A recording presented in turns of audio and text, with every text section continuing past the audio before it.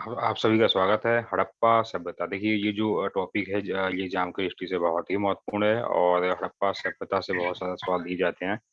और हड़प्पा सभ्यता एक ये क्या थी? हड़प्पा सभ्यता एक विकास युगीन और नगरीय सभ्यता थी। ठीक है, तो इस बेसिक स्वरूप को आपको हमेशा मालूम रखना है। अब देखिए इसकी थोड़ा सा हम शुरुआत में हम जाना चाहेंगे तो देखिए भारत के इतिहास में ये जो प्रथम नगरीय ये क्रांति का जो गवाह था वो जो है हड़प्पा सभ्यता ही थी। यानी कि हड़प्पा सभ्यता की जब तक जानकारी भारतीयों को ये नहीं मिली थी तब तक उनका यह विश्वास ये था कि कि जो ये प्राचीन ये भारत की शुरुआत जो है वो वैदिक युग से ही थी। लेकिन जैसे-जैसे ये खुदाई में हड़प्पा सभ्यता के ये स्तर प्राप्त होने लगे, तो ये माना जाने लगा कि वैदिक युग से भी पहले की एक सभ्यता यहाँ विद्यमान थी, जिसे क्या है सिंधु घाटी सभ्यता या हड़प्पा सभ्यता के नाम से जाना जाता है। ठीक है? और जब तक इनकी खोज नहीं हुई थी, तब तक जो है वैदिक युग को ही इस ये के प्राचीन युग की श्रेणी में रखा जाता था। तो ये भी ध्यान में आपको जो भी रखना पड़ेगा इन सब ये चीज़ों को। अब देखिए ये 20वीं सदी के तीसरे ये दशक की हम बात अगर करेंगे तो राय बहादुर साहनी यानी कि दयाराम साहनी और ये रखाल दास बनर्जी, इन्होंने क्रमशः जो है हड़प्पा और ये क्या है मोहनजोदड़ो, तो इन जगहों पर ये खनन ये करवाया और वहाँ से जो प्राचीन समय की वस्तुएँ जो है प्राप्त होती हैं। और ये ठीक है, और वहीं से अनुमान यह लगाया गया है कि ये सभी जो है प्राचीन स्थल हैं और हड़प्पा सभ्यता से इसका नाम जो है सिंधु नदी के ये जो तट पर होने की वजह से इस सभ्यता का मूलभूत नाम जो है सिंधु घाटी सभ्यता भी रखा गया। ठीक है? तो इन चीज़ों को ध्यान में रखना आप लोग। और सबसे जो पहला स्थल जो खोजा गया था वो था हड़प्पा, तो इसीलिए जो है इसे हड़प्पा सभ्यता के नाम से भी जाना जाता है। ठीक है? तो ये बहुत ही यहाँ पर इम्पोर्टेंट चीज़ें हैं, ध्यान में आप लोगों को रखनी होंगी। अब अगर हम बात करेंगे कि अब हड़प्पा सभ्यता के समय में और कौन-कौन सी सभ्यता जो है विद्यमान थी, तो देखिए हड़प्पा तो आप देखिए भारतीय सभ्यता की ये प्राचीनता पीछे हटकर लगभग उसी ये काल में ये पहुँच जाती है जब क्या है मिस्र, असीरिया और ये बेबीलोनिया में ये प्राचीन सभ्यताओं का ये विकास जो है ना ये हुआ था। यानी कि ये लमसम उससे ये पहले की ये सभ्यताएँ हैं जो कि इनके स्वरूप में थीं। अगर हम ये कालक्रम की दृष्टि से अगर यहाँ बात हम करेंगे तो यह सभ्यता जो है ये मेसोपोटामिया और ठीक एवं ये मिस्र की प्राचीन सभ्यता के समकालीन थी। ठीक है, ये मेसोपोटामिया जो है ये वर्तमान का जो है ये इराक है। ठीक है? जो कि जिसका नाम बाद में ये चलकर फ़ारस के रूप में परिवर्तित हुआ था। तो इन सब चीज़ों को भी ध्यान में आप लोगों को यहाँ पर रखना है। अब देखिए आगे की शुरुआत हम यहाँ पे करेंगे तो देखिए भारतीय यानी कि भारत की इस ये प्राचीनतम ये नगरी को सिंधु घाटी सभ्यता या सैंधव सभ्यता के नाम से भी जाना जाता है। वो भी इसलिए क्योंकि सभी मतलब कि इस सभ्यता के जो भी स्थल हैं वो सिंधु या उसकी सहायक नदियों के आसपास से ही प्राप्त हुई थी। ये मैंने कल आपको समझा दिया था और वो जगहें कौन-कौन सी हैं हड़प्पा, मोहनजोदड़ो, चंदुदड़ो आदि। ठीक है? तो इसलिए जो है इस सभ्यता को हड़प्पा सभ्यता के नाम से भी जाना जाता है सिंधु सभ्यता के नाम से जाना जाता है और पहला स्थल जो जो खोजा गया था वो था हड़प्पा, तो इसलिए इसे हड़प्पा सभ्यता के नाम से भी जाना जाता है। और इसके अलावा हम एक और अब यहाँ पे ये बात करेंगे तो इस सभ्यता को कांस्य युगीन सभ्यता के नाम से भी जाना जाता है। वो भी क्यों? क्योंकि हड़प्पा वासियों ने ही सर्वप्रथम ये क्या किया था, ये तांबे और टीन को ये मिलाकर और कांसे का निर्माण की टेक्निक जो है इन्हीं से हुई थी। इनके समय में ही हुई थी, तो इसलिए जो है कांस्य युगीन सभ्यता भी इसे कहा जाता है। तो बहुत ही इम्पोर्टेंट है और ये कभी अगर जनरली सवालों में ये साइंस में भी कभी-कभी ये जो दिया जा सकता है, कि ये जो कांसा है तो इसका निर्माण कैसे होता है? तो इन चीज़ों को ध्यान में आप लोग रख सकते हैं। चलिए आगे हम अब बढ़ते हैं। अब देखिए अब इसमें अगर धातुओं की बात हम यहाँ पे करेंगे तो देखिए एक सवाल इम्पोर्टेंट यहाँ पर हो जाता है कि उल्लेखनीय है कि ये कांस्य युगीन सभ्यता होने के बावजूद भी हड़प्पा वासियों ने अपने औजार और उपकरण के निर्माण के लिए जिस धातु का उपयोग अधिक प्रयोग ये किया था, तो वो लोहा नहीं थी, वो थी तांबा। तो ये इम्पोर्टेंट है, इसलिए गलती से लोहा मत मार देना। ऑप्शन में आपको लोहा भी दिया जाएगा। अब देखिए हड़प्पा सभ्यता को ये जो भी ये है क्या है कि आदि ऐतिहासिक काल के अंतर्गत में रखा जाता है, क्योंकि उस समय की कोई भी लेखन साहित्य प्राप्त नहीं होता है। सिर्फ हमें क्या है कि वहां पर प्राचीन वस्तुएं ही प्राप्त होती हैं, जिसलिए जो आदि ऐतिहासिक काल में रखा जाता है। और आदि ऐतिहासिक काल में उन्हीं मतलब कि जो है जो उस समय को रखा जाता है जिनके संबंध में कोई लिखित साहित्य या फिर लिखित प्रमाण प्राप्त नहीं होता है। तो वो जो आदि ऐतिहासिक जो काल की श्रेणियों के अंतर्गत में रखे जाते हैं। तो ये वही क्रम है, हड़प्पा सभ्यता को इस वाले काल में रखा गया है। ये हमेशा ध्यान में आप लोग रखिएगा, कभी भी ऐसा सवाल दिया जाएगा तो आप लोगों के हाथों में सही से ये सही जवाब होना चाहिए।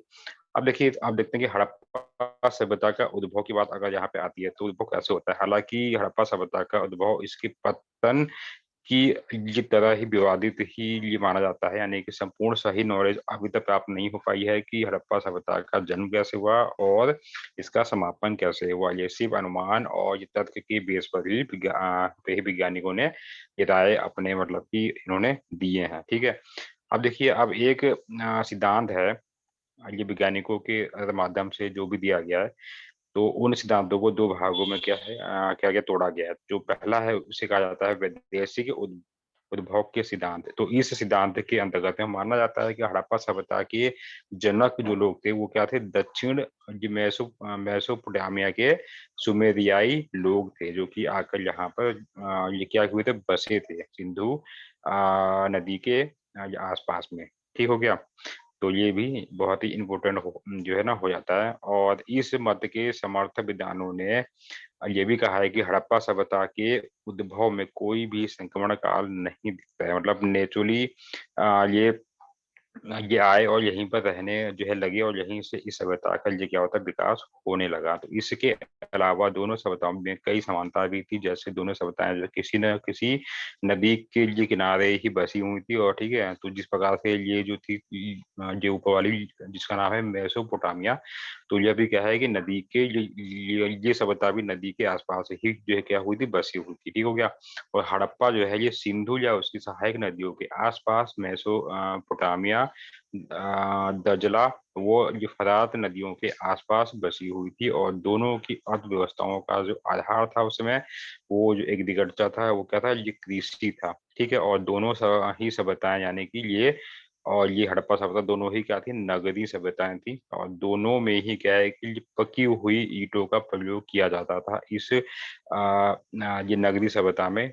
इस ईंट का जो प्रयोग होता था वो घर के निर्माण में किया जाता था। तो इसलिए ये दोनों ही सभ्यता जो है वो बिल्कुल एक जैसी ही प्रतीत होती हैं। तो इसलिए वैज्ञानिकों ने यह माना है कि मेसोपोटामिया के लोगों के द्वारा ही इस सभ्यता का, हड़प्पा सभ्यता का विकास हुआ था। ठीक है। अब एक दूसरा सिद्धांत है जिसका नाम है स्थानीय उद्भव का सिद्धांत। तो इसके समर्थक जो विद्वान थे उनका मानना है कि हड़प्पा सभ्यता का उद्भव जो है स्थानीय नव पाषाण काल बस्तियों से हुआ। अब आप सभी को मालूम है कि नव पाषाण काल में होता क्या है, एग्रीकल्चर की शुरुआत होती है और लोग जो है अपने लिए आवास झोपड़ी का निर्माण करके रहने लगते हैं। और वो एक समुदाय के रूप में एक जगह पर बस आने लगते हैं। और वहीं से इनकी संस्कृति सभ्यता का विकास होता है। तो ये दूसरा सिद्धांत है। पहला सिद्धांत तो मैंने अभी आपको समझा दिया। दूसरा ये स्थानीय उद्भव यानी कि एक जगह पर रहते रहते इनका क्या हुआ, हड़प्पा संस्कृति का ये विकास हुआ। ठीक है। तो ये दो सिद्धांत ध्यान में ये जो है रखने पड़ेंगे। और चलिए आगे हम बढ़ेंगे। अब आगे और जो चीजें इंपॉर्टेंट है उनके बारे में हम जानते हैं।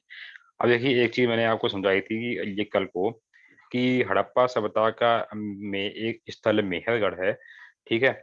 और ये कहाँ पर है, ये वर्तमान के ये जो है पाकिस्तान वाले ये एरिया में है। और सर्वप्रथम ये हड़प्पा सभ्यता के लोगों के द्वारा गेहूं और जौ की खेती जो है की गई थी। तो इसके साथ से भी जो है प्राप्त होते हैं। बहुत ही इंपॉर्टेंट है, ये कई बार एग्जामों में आ चुका है। ठीक है।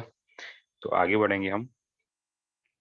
अब देखिए, अब इसके बाद में हम जानते हैं कि हड़प्पा सभ्यता की जानकारी की जो है पूरी पृष्ठभूमि कहाँ से ये रेडी होती है और ये क्या क्या चीजें होती हैं कि ये सभ्यता की जानकारी प्राप्त होती है। तो देखिए हड़प्पा नामक ये प्रस्थल के बारे में सर्वप्रथम जानकारी 1826 में ये चार्ल्स मैसन ने दी थी।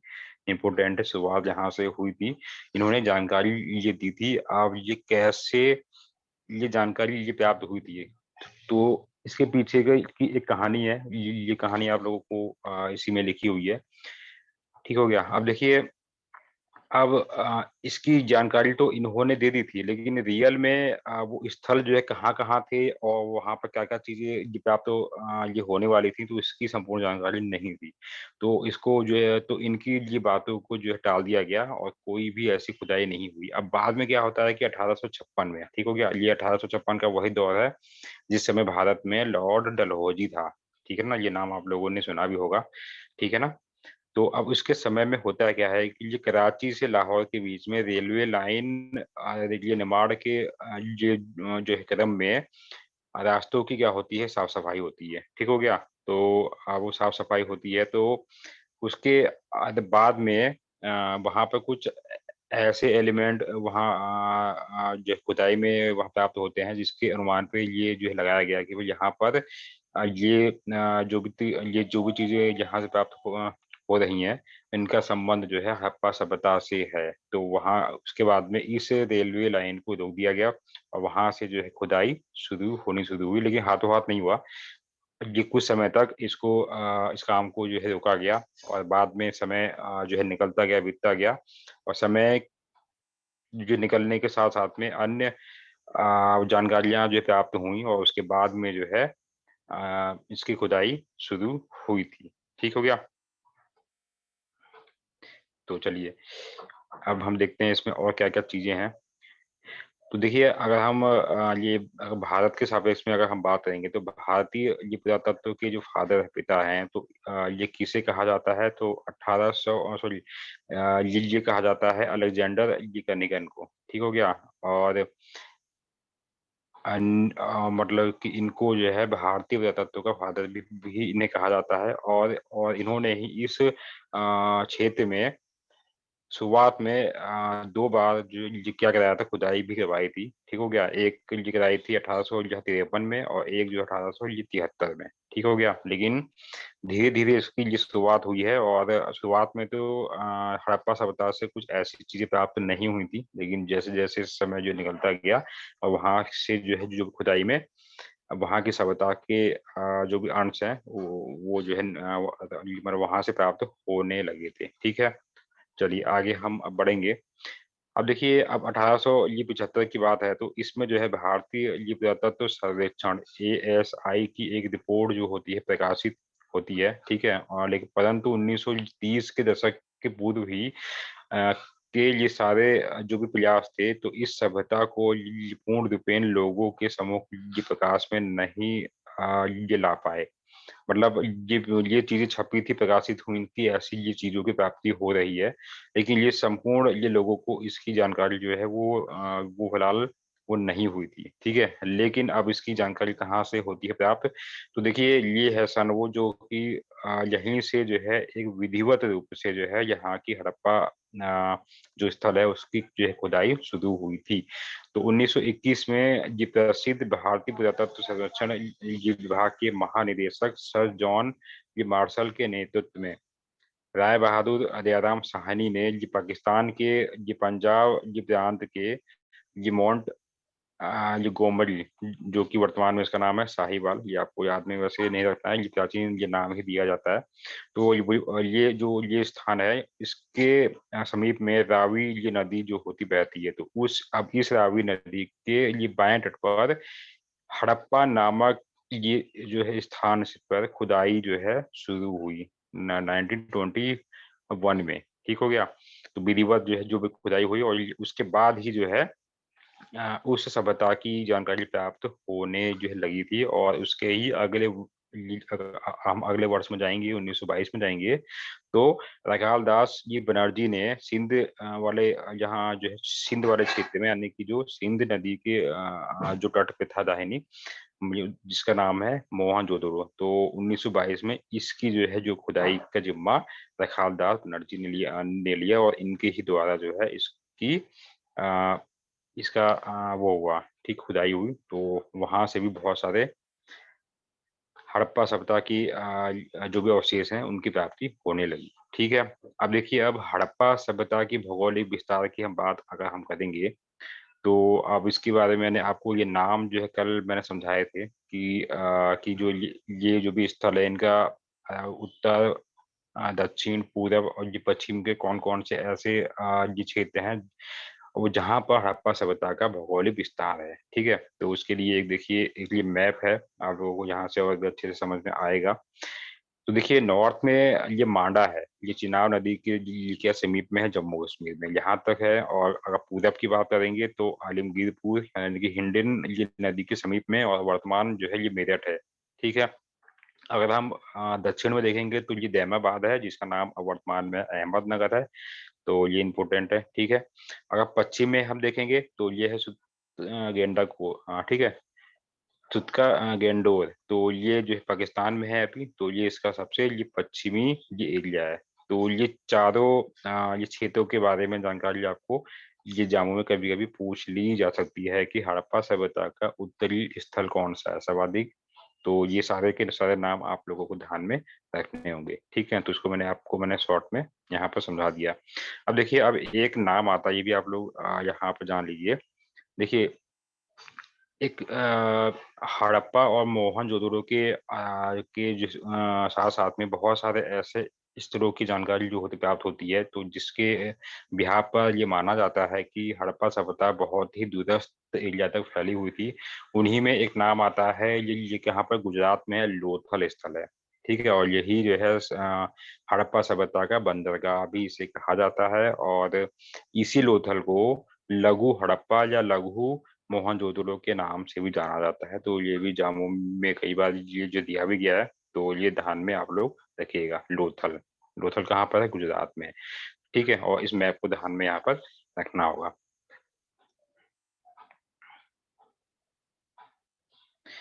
चलिए आगे हम बढ़ते हैं, और जो चीज़ें इम्पोर्टेंट है उन्हीं उन्हीं को हमें देखना है। चलिए, अब लेखन शैली की अगर बात हम करेंगे, अभी देखिए अभी मैंने आपको ये जो है जो भी समझाया था ना कि ये आदि ऐतिहासिक वाला काल बिल्कुल ऐसा होता है जहाँ से संपूर्ण रूप से किसी साहित्य की जानकारी जो होती है प्राप्त, वो जो नहीं होती है। साहित्य का मतलब क्या है? यानी कि उस सभ्यता की कोई ऐसी जो है लेखन सामग्री प्राप्त नहीं होती साहित्य के रूप में, जिससे कि मतलब कि उसको जो है दूसरे काल में जो है रखा जाए। हाँ, लेकिन वहाँ से ये दीवारों पर और कहीं पर ऐसे जो है वो अवशेष हैं जहाँ से वहाँ पर कुछ लिखावट की प्राप्ति हुई है। लेकिन लेकिन अब बात यह है कि वो लिखावट ऐसी है जिसे आज तक क्या है पढ़ा नहीं जा सका है। तो इसलिए ये हड़प्पा सभ्यता को आदि ऐतिहासिक वाले काल में रखा जाता है। अब देखिए लेखन की अब बात जैसे कि अभी ये बात हुई थी। अब जहाँ तक इसके लेखन शैली की अगर सवाल का ये जो सवाल है कि लिखा तो गया है, लेकिन अब वो दीवारों पर या जहाँ-वहाँ पे लिखा गया, लेकिन वो समझ में ही नहीं आता है। तो विद्वानों के अनुसार ये माना जाता है कि यह जो है ये ब्राह्मी लिपि के ही जैसे ये बाएँ से दाएँ, और कुछ विद्वान मानते हैं कि ये खरोष्ठी लिपि के ही जैसे दाएँ से बाएँ ये लिखावट जो है लिखी गई है। मतलब मतलब कि मेरे कहने का मतलब ये है, अब जैसे ये दीवार है कहीं पे, ठीक है? अब यहाँ पर उस समय के लोगों ने मान लीजिए कुछ ये यहाँ ये ऐसे-ऐसे लिख दिया मान लीजिए, तो अब विद्वानों ने अनुमान लगा रखा है कि अब ये लिखा तो है, तो अब ये कैसे प्रूफ होगा कि ये दाएँ से बाएँ की ओर लिखा गया है या बाएँ से दाएँ की ओर लिखा गया है? तो इसमें भी क्या है, विद्वानों का आपस में क्या है मतभेद है, ठीक है? तो इसीलिए इनकी लिपि को अभी तक समझा नहीं जा सका है। तो ये चीज़ें भी ध्यान में रखिएगा। चलिए आगे हम बढ़ते हैं। अब हड़प्पा सभ्यता के लिए काल निर्धारण की भी बात आती है, तो ये भी कभी-कभी सवालों में दिया भी गया है और दिया भी जाता है कि इसके जो है जो भी कालखंड को सर्वोपरि जो है जो कौन-सा माना गया है, तो उसके लिए एक लाइन में आपको ध्यान में यहाँ पर जो है रखना पड़ेगा कि ये है ये 2300 से लेके 1700 ये 50 ईसा पूर्व का जो समय है, वो हड़प्पा सभ्यता के लिए सर्वोत्तम समय ये माना गया है। ठीक है? यानी कि हड़प्पा संस्कृति की जो जो ये तिथि है, वो इसके बीच की ये मानी गई है। अब आप कैसे ये बिल्कुल ये जो है ना होता है, आप लोगों ने एक ये सुनी होगी ना कार्बन 14 डेटिंग, है ना? सुना होगा आप सभी ने। तो उस समय की जो भी वस्तुएं जो प्राप्त हुई हैं उनकी क्या है कि कार्बन रेटिंग निकालने के बाद ही यह ज्ञात हुआ कि ये इतने वर्ष ये क्या है, ये जो है पुरानी है।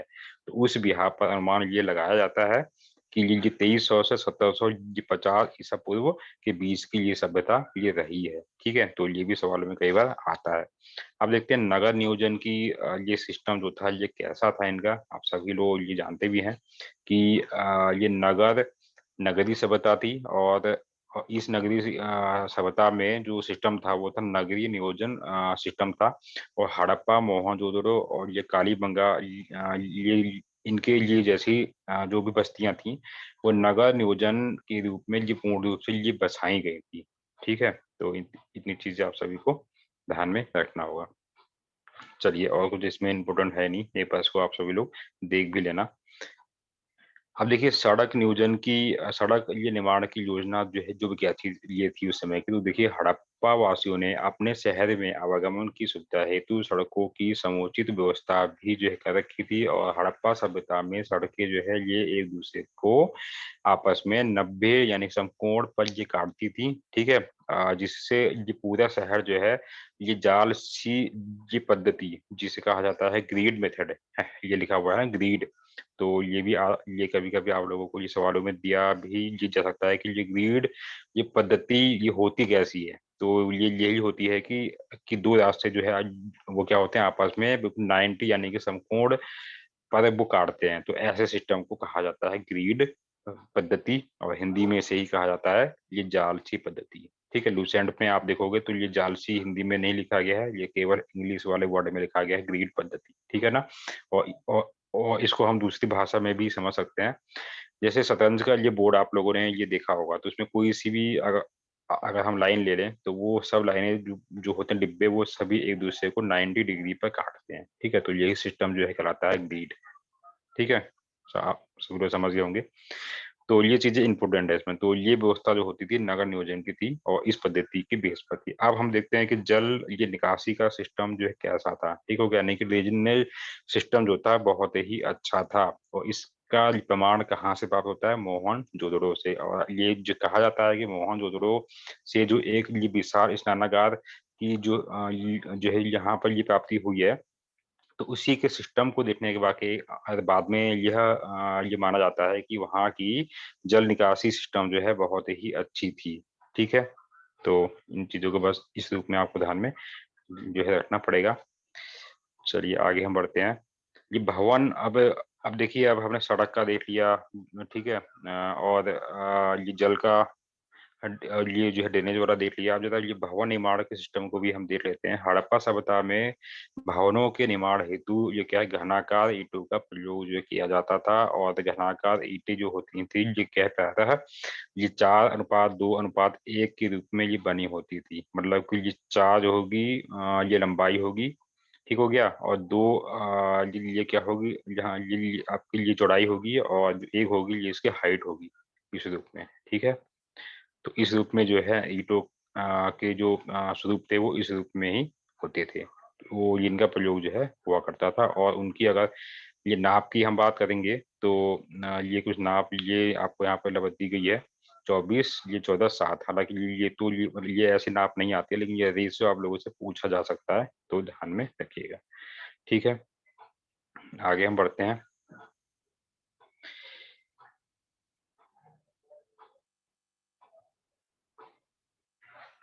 अब देखिए, अभी मैंने आप लोगों को ये समझाया था ना कि देखिए हड़प्पा सभ्यता की नगर नियोजन की व्यवस्था ऐसी थी कि हड़प्पा सभ्यता के जितने भी स्थल है वहां पर क्या था कि वहां पर ये व्यवस्था थी कि जो भी घर हैं उन घरों के जो डोर होते थे तो वो मुख्य सड़क की ओर नहीं खुलते थे। वो क्या है कि अंदर की गलियों की तरफ जो है वो जो है जो भी दरवाजे थे वो खुलते थे। सिवाय एक जो है जो स्थल के उसका नाम था लोथल। तो लोथल सभी में एक ये अपवाद है कि मतलब क्या है कि मेन रोड की ओर जो है दरवाजे इनके खुले रहते थे मकानों के। तो सिर्फ लोथल में ही ऐसी व्यवस्था थी, बाकी जो कहीं पर भी ऐसी व्यवस्था ये नहीं थी। तो इसलिए जो है लोथल को एक अपवाद के रूप में भी देखा जाता है। ठीक है, अब देखिए सामाजिक जीवन की बात हम करेंगे तो हड़प्पा ये सभ्यता के जो लोग थे उनका सामाजिक जीवन जो है कैसा था। हालांकि उनका जो सामाजिक जीवन था ये मात्र सत्यात्मक ये होता था, यानी कि उसमें नारी को या माता को सही दर्जा दिया जाता था। ठीक हो गया, तो इतनी चीजें आपको ध्यान में यहाँ पर रखनी होंगी। अब इसमें हम बात करेंगे ये 4 प्रकार के ये जो जातियाँ उस समय हुआ करती थी। ये भूमध्य सागरीय है, अल्पाइन है और ये है आपका है मंगोलाइड है और प्रोटो ऑस्ट्रोलाइड है। तो इस प्रकार की ये जातियाँ जो है होती थी और इनमें भी सर्वाधिक भूमध्य सागरीय ये प्रजाति के लोग जो है हड़प्पा सभ्यता में निवास करते थे। ठीक है? तो इतनी चीज़ें ध्यान रखिएगा और ये सवाल कभी भी आ सकता है और ये कई जगहों पे ये दिया भी गया है। ठीक है? कि हड़प्पा सभ्यता के लोग जो कैसे थे? ऑप्शन में आपको ये जो है दिख जाएगा, ये भूमध्य सागरीय थे वो। ठीक है? अब आर्थिक जीवन की बात हम करेंगे तो आर्थिक जीवन का ये क्या था। आप देखिए हड़प्पा सभ्यता का ये जो विकास कैसे होता है, यानी कि नवपाषाण काल जब जब आ चुका था, तो उसके सदियों के बाद जो होता है कि हड़प्पा सभ्यता का ये जीवन शुरू होता है और उनके जीवन का आर्थिक आधार जो है वही था, कृषि था, जो कि नवपाषाण काल से शुरू हुआ था। एग्रीकल्चर ये इंपॉर्टेंट है, ध्यान में यहाँ पर ये सब रखिएगा। चलिए आगे बढ़ते हैं।